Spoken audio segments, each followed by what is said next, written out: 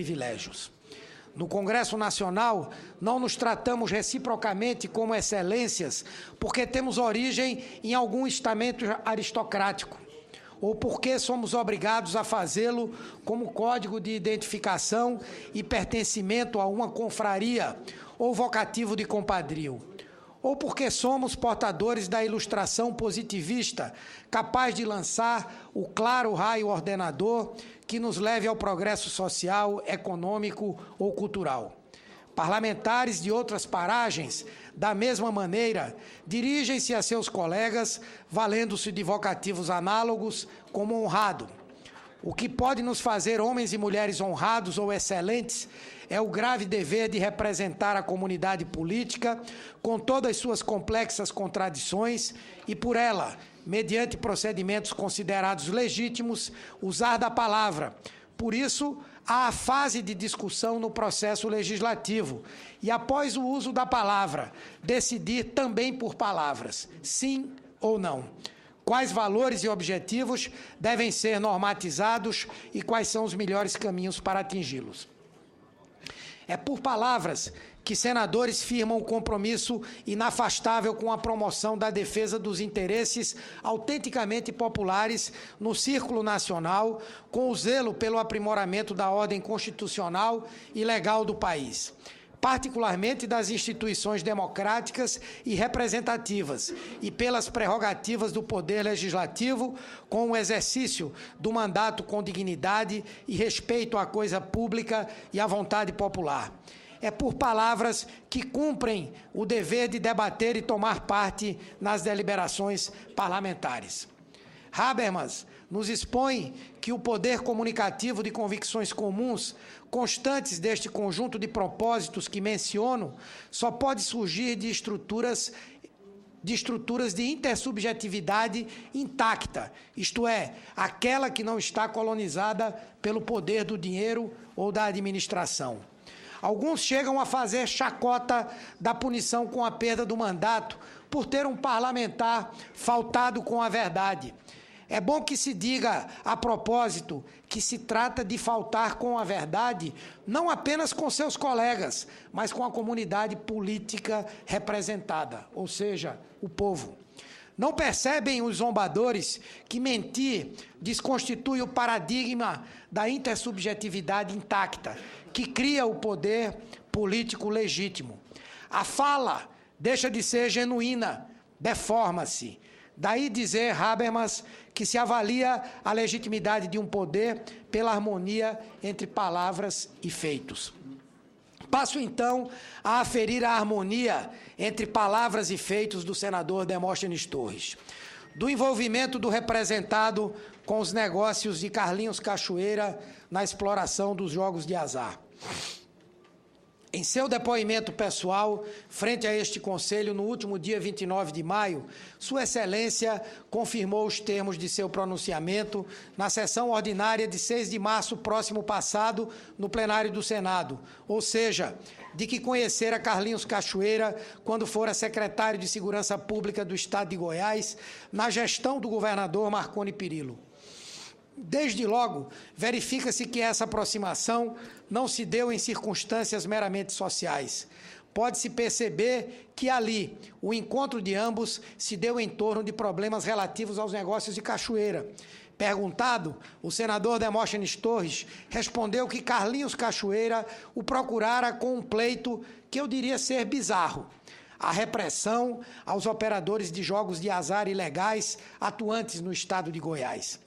A cena evoca de pronto o clássico final do filme norte-americano de Michael Curtis, Casablanca, quando o capitão Renault manda prender os suspeitos de costume e sucumbe ao convite para uma grande amizade.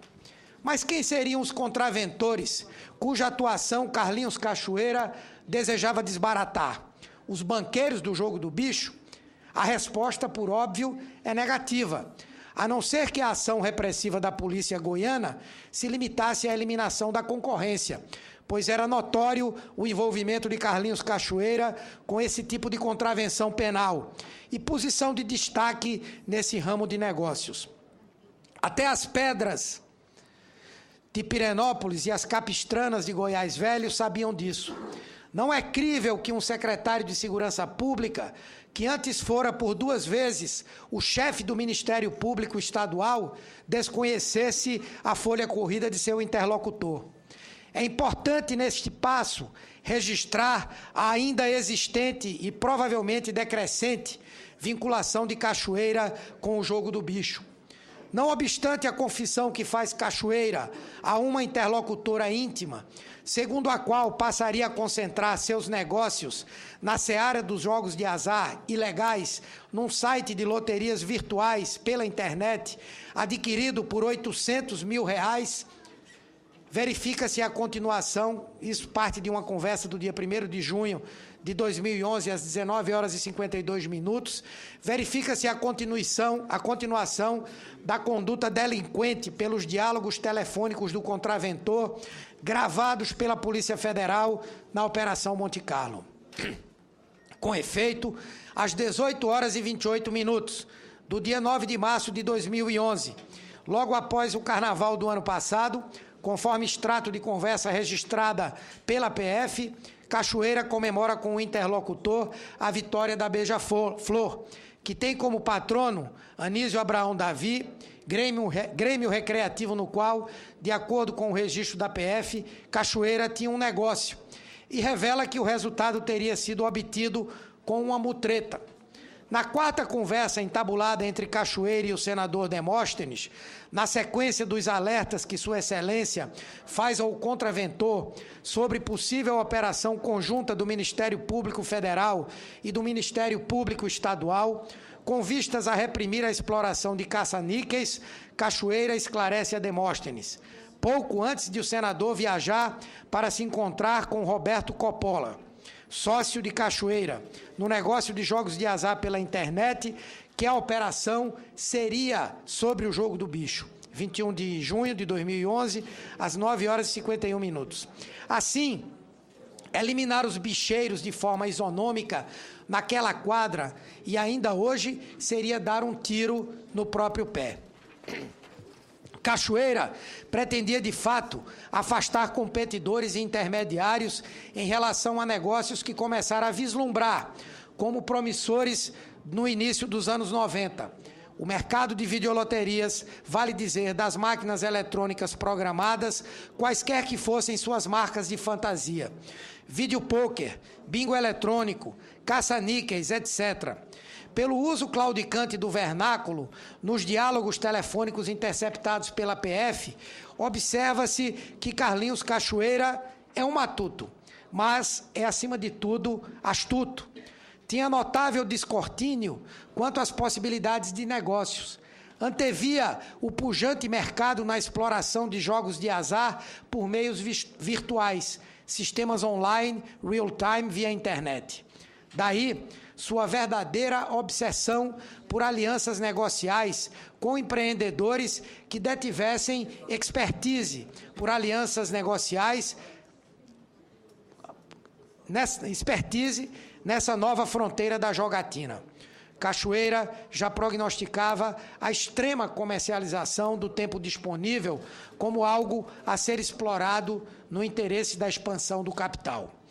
Em seu depoimento, o delegado da Polícia Federal, Raul Alexandre Marques Souza, destacou que o cerne dos negócios de Carlinhos Cachoeira era a videoloteria. O que motivara a Operação Vegas havia sido o vazamento, no âmbito da própria Polícia Federal, de uma blitz que se realizaria em Anápolis, quartel-general de Cachoeira, por requisição do Ministério Público Federal para repressão ao contrabando de placas de circuitos eletrônicos de programação de máquinas caça-níqueis, conforme deixou patente em seu depoimento o delegado após indagação do senador Wellington Dias.